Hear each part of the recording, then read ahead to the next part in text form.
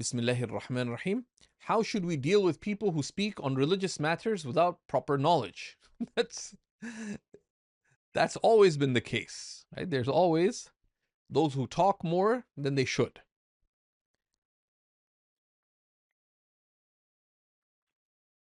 And in our times, the voice of the ignorant can be amplified much further.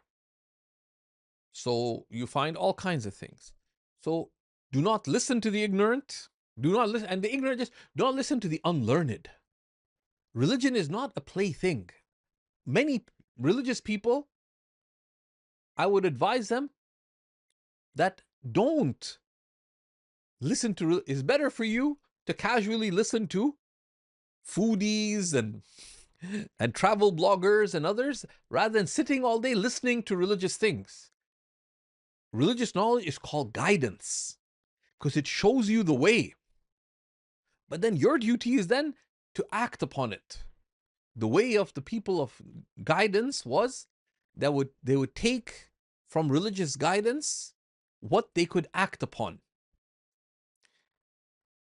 عليكم من العمل ما تطيقون. Take from actions what you can manage.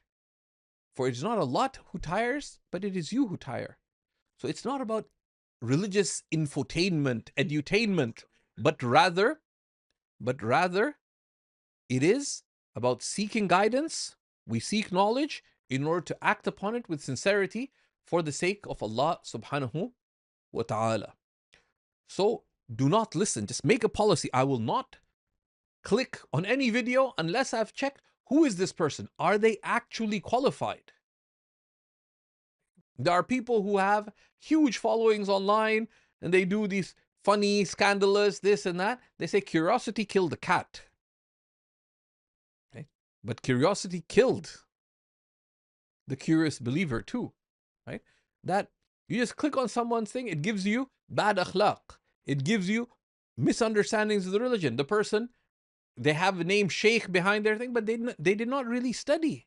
They just took some random online diploma or this or that. But were you to check, this is not the kind of person you're supposed to take your religion from. So don't listen to them. Be very selective in whom you listen to. Rather than serve, seek knowledge in a clear, structured manner.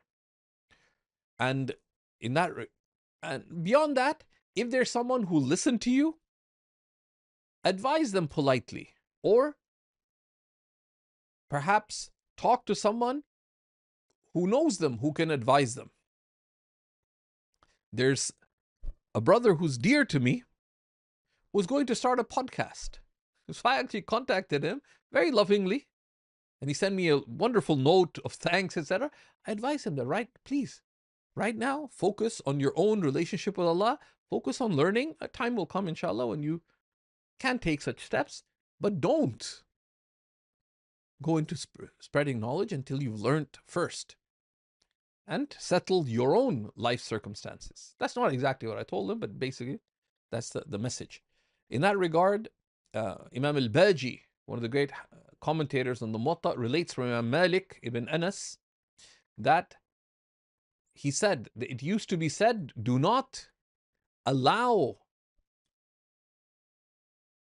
one whose heart is not upright to be heard by your ear. Do not allow anyone who's not of an upright heart, meaning do not allow for a corrupt person to be heard by your ears. For you don't, فَإِنَّكَ لَا تَدْرِي.